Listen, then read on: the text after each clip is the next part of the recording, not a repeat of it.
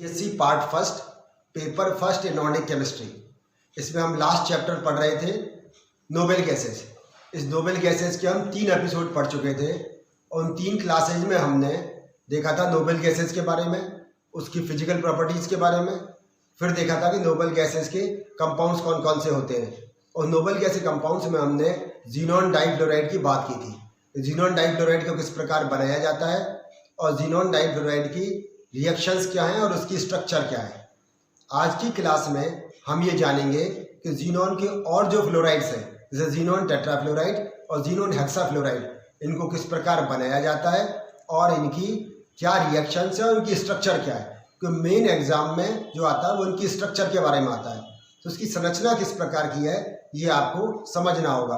यहाँ एक और बात मैं आपसे कहना चाहता हूँ कि अब तक जितनी भी क्लास मैंने पढ़ाई हैं वो सब मैंने बोर्ड और चौक की सहायता से पढ़ाई हैं। यहाँ इस लॉकडाउन में मैं जिस समय यहाँ पर हूँ वहाँ मेरे पास बोर्ड और चौक नहीं है, इसलिए मैं आपको आज पेपर और पेन की सहायता से समझाऊंगा।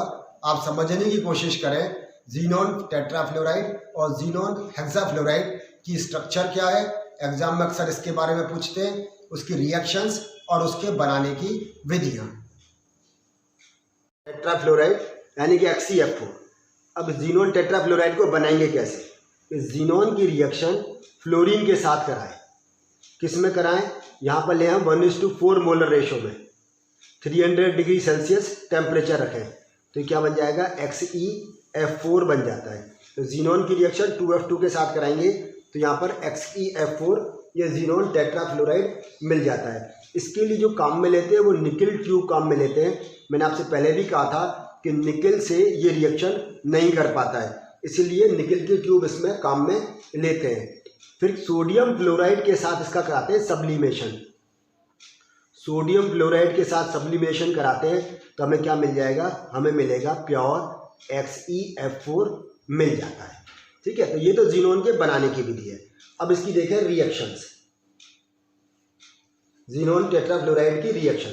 पहली बात तो ये क्या है, ये कलरलेस क्रिस्टलाइन सब्सटेंस है, यानी कि ये रंगहीन क्रिस्टलीय ठोस पदार्थ है। इसकी ये बहुत अच्छे फ्लोरीनेटिंग एजेंट की तरह से काम करता है।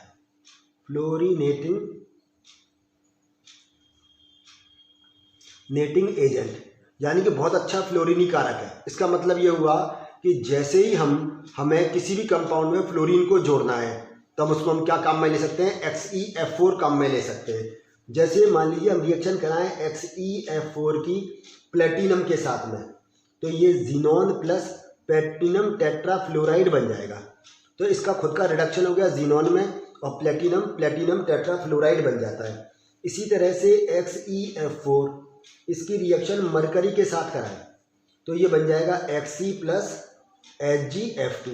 तो ये भी मरकरी के लिए मरकरी डाइफ्लोराइड बन जाता है। इसका मतलब ये क्या काम कर रहा है, यहाँ पर ये फ्लोरीनेटिंग एजेंट की तरह से काम कर रहा है। सिमिलरली HCF4 की रिएक्शन SF4 के साथ कराएं तो यहाँ आ जाएगा Xe प्लस SF6। जो सल्फर टेट्राफ्लोराइड था वो सल्फर हेक्साफ्लोराइड में कन्वर्ट हो जाएगा। एक और रिएक्शन देखें कि ज़ीनॉन का हाइड्रोलाइसिस या जल अपघटन किसका, ज़ीनॉन टेट्राफ्लोराइड का।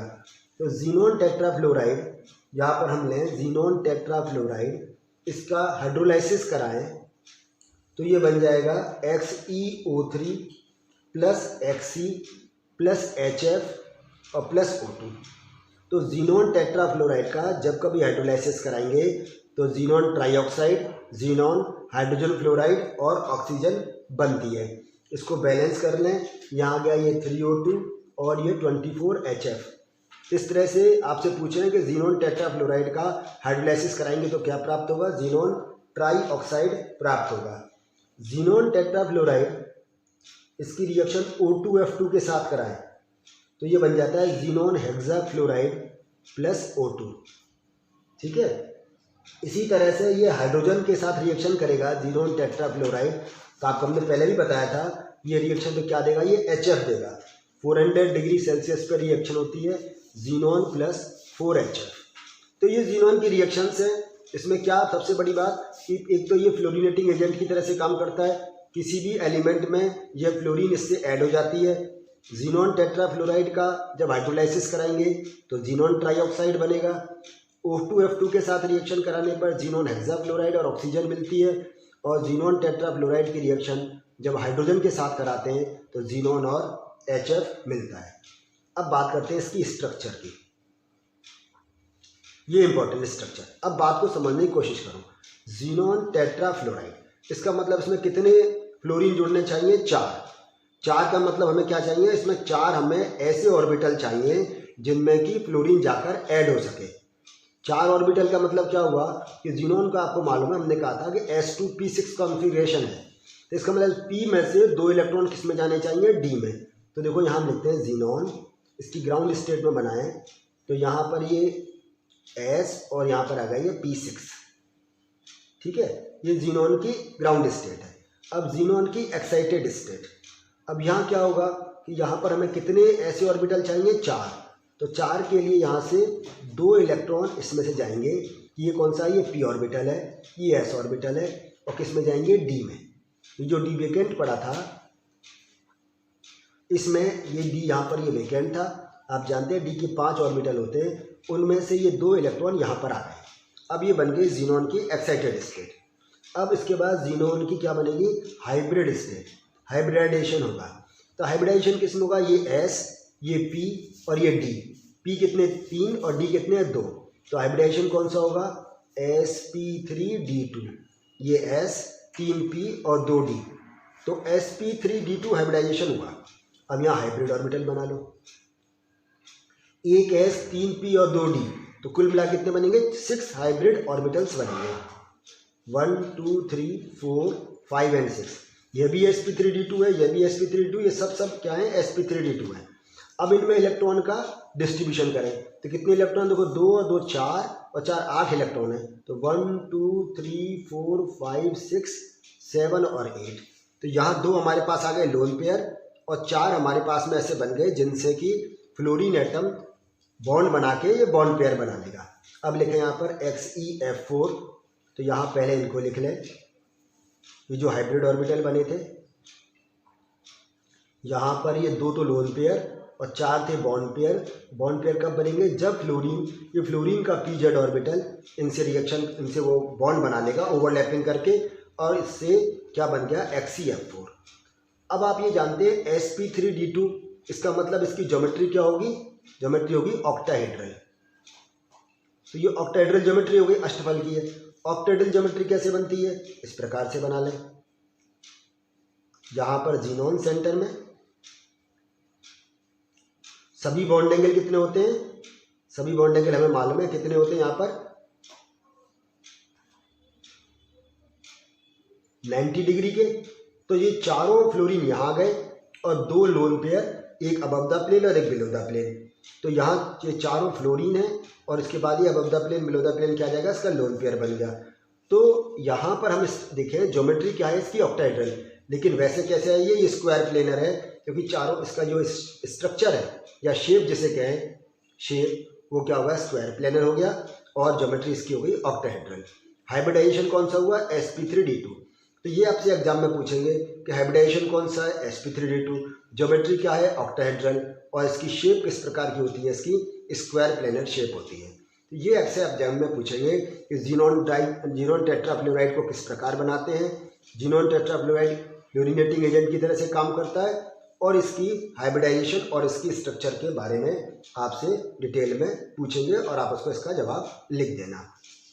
इसके बाद जो दूसरा कंपाउंड है वो है जीनोन हेक्साफ्लोराइड, XeF6। अब इसको भी समझे कैसे बनाते हैं। तो जीनोन डाइफ्लोराइड, जीनोन टेट्राफ्लोराइड कैसे बनाया था? निकल की ट्यूब ली थी और निकल की ट्यूब में हमने 1:2 मोलर रेशियो और 1:4 मोलर रेशियो में बनाया था। यहाँ भी हम क्या करें? जीनोन की रिएक्शन फ्लोरीन के साथ कराएं, निकल की ट्यूब काम में लें, लेकिन यहाँ जो रेशियो लेना पड़ता है वो 1:20, यानी कि फ्लोरीन को हमें कैसे लेना पड़ता है? एक्सिस में, आधिक्य में लेंगे फ्लोरीन को। तो यहाँ पर XeF6 बन जाएगा। XeF6 काम कितने आएंगे? 3 मोल ही, लेकिन लेना कितना पड़ता है इसको हमें? एक्सिस में और आधिक्य में लेना पड़ता है। और ये एक्सिस लगभग कितना होता है? 1:20 मोलर रेशियो का। यहाँ प्रेशर रखते हैं 60 एटमॉस्फेरिक प्रेशर, ये दाब होना चाहिए और टेम्परेचर होना चाहिए यहाँ पर 300 डिग्री सेल्सियस। तो ये भी हमें याद है, तो जीनोन डाइफ्लोराइड को हमने 300 डिग्री सेल्सियस बनाया था, जीनोन टेट्राफ्लोराइड को 400 डिग्री सेल्सियस, ये भी 300 डिग्री सेल्सियस है, लेकिन यहाँ प्रेशर को इंक्रीज करके 60 एटमॉस्फेरिक प्रेशर करना पड़ता है। ये भी ये कैसा है, कलरलेस सॉलिड है, कलरलेस सॉलिड, ये रंगहीन ठोस है और इसका जो गलनांक है या इसका मेल्टिंग पॉइंट वो कितना है, 49.5 डिग्री सेल्सियस। यह येलो कलर के, ये पिघलकर किस में कन्वर्ट हो जाता है, येलो कलर लिक्विड में, कलर लिक्विड में यह कन्वर्ट हो जाता है। अब इसकी रिएक्शन देखें, जीनोन हेक्साफ्लोराइड की रिएक्शन XeF6, इसकी रिएक्शन SiO2 के साथ कराएं तो ये XeOF4 प्लस SiF4 बन जाएगा, जीनोन ऑक्सी टेट्राफ्लोराइड। अब ये जीनोन ऑक्सी टेट्राफ्लोराइड बना XeOF4, ये वापस से SiO2 से रिएक्शन करेगा तो XeO2F2 और साथ में SiF4, ठीक है। अब ये जो XeO2F2 है ये वापस रिएक्शन करेगा SiO2 से, तो ये क्या बन जाएगा, XeO3 प्लस SiF4। तो ओवरऑल रिएक्शन देखो क्या हुई, ये जीनोन हेक्साफ्लोराइड ये इससे कैंसिल हो गया, ये इससे कैंसिल हो गया, प्लस क्या आया 3SiO2, तो किस में कन्वर्ट हुआ अल्टीमेटली XeO3 प्लस 3SiF4 में। यानी कि जीनोन हेक्साफ्लोराइड की रिएक्शन सिलिकॉन ऑक्साइड से कराओ तो जीनोन ट्राईऑक्साइड और SiF4 बन जाता है। ठीक इसी प्रकार की रिएक्शन इसकी वाटर के साथ में है, जल के साथ में सेम रिएक्शन है। देखें, जल के साथ रिएक्शन कराओ, यहाँ क्या बनाता है XeF4, वही बनेगा XeOF4 प्लस HF, फिर वापस से XeOF4, इसकी रिएक्शन जल के साथ कराएंगे तब अब की बार क्या बनेगा, आप समझ गए होंगे, XeO2F2 प्लस HF, फिर वापस से आया XeO2F2, इसकी रिएक्शन H2O के साथ कराओ तो यहाँ XeO3 plus SiF4। Overall reaction वापस लिख लें तो क्या आ गया, XeF6 प्लस 3H2O कन्वर्ट हो गया XeO3 प्लस HF, तो यहाँ पर आ गया 6HF। तो रिएक्शन क्या हुई, चाहे हम सिलिकॉन ऑक्साइड से रिएक्शन कराएं चाहे जल के साथ रिएक्शन कराएं, फाइनल प्रोडक्ट हमें क्या मिल रहा है, XeO3 मिल रहा है और HF। अब इसकी बात करते हैं स्ट्रक्चर की, स्ट्रक्चर और समझे एग्जाम में इंपॉर्टेंट आएगी, वही बात समझने की कोशिश करो। XeF6 है ना, तो यहाँ कितने चाहिए ऑर्बिटल हमें, 6 ऑर्बिटल कम मिलेंगे, जबकि 3 इलेक्ट्रॉन आउटर मोस्ट शेल से कहाँ चले जाए, P से D में चले जाएं। तो पहले बनाते हैं जीनोन की ग्राउंड स्टेट, ये जीनोन की ग्राउंड स्टेट बन गई और यहाँ पर D ऑर्बिटल कैसे हैं, वेकेंट है। अब जीनोन की एक्साइटेड स्टेट में 3 इलेक्ट्रॉन जाएंगे, क्यों जाएंगे 3, हमें मालूम है क्योंकि हमें 6 फ्लोरीन के साथ रिएक्शन करानी है। तो यह 1 2 3 आ गए, तो हाइब्रिडाइजेशन कौन सा होगा, हाइब्रिडाइजेशन होगा sp3d3, sp3d3 यहाँ पर आ गया। अब जीनोन के हाइब्रिड बना लो, sp3d3 में कितने बनेंगे, 7, 1 2 3 4 5 6 और 7, इसमें से एक लोन पेयर और बाकी 6 कैसे हो गए, ये सिंगल हो गए। यहाँ ये 6 फ्लोरीन एटम इससे रिएक्शन करेंगे, XeF6 बन जाएगा, यहाँ आ गया ये लोन पेयर और 1 2 3 4 5 एंड 6, जहाँ पर ये 6 फ्लोरीन एटम इसके साथ बॉन्ड बना लेंगे। अब आप जानते हैं sp3d3 का मतलब क्या, मतलब पेंटागोनल बाइपिरामिडल, इसका मतलब क्या, पेंटागोनल बाइपिरामिडल, पंचकोणीय द्विपिरामिडीय। तो पंचकोणीय बना लें यहाँ पर और द्विपिरामिड, ये जीनोन यहाँ पर। अब इसमें एक तो बना दें लोन पेयर, क्योंकि ये 90 के एंगल पर है, ये 72 है, और यहाँ बना दीजिए फ्लोरीन,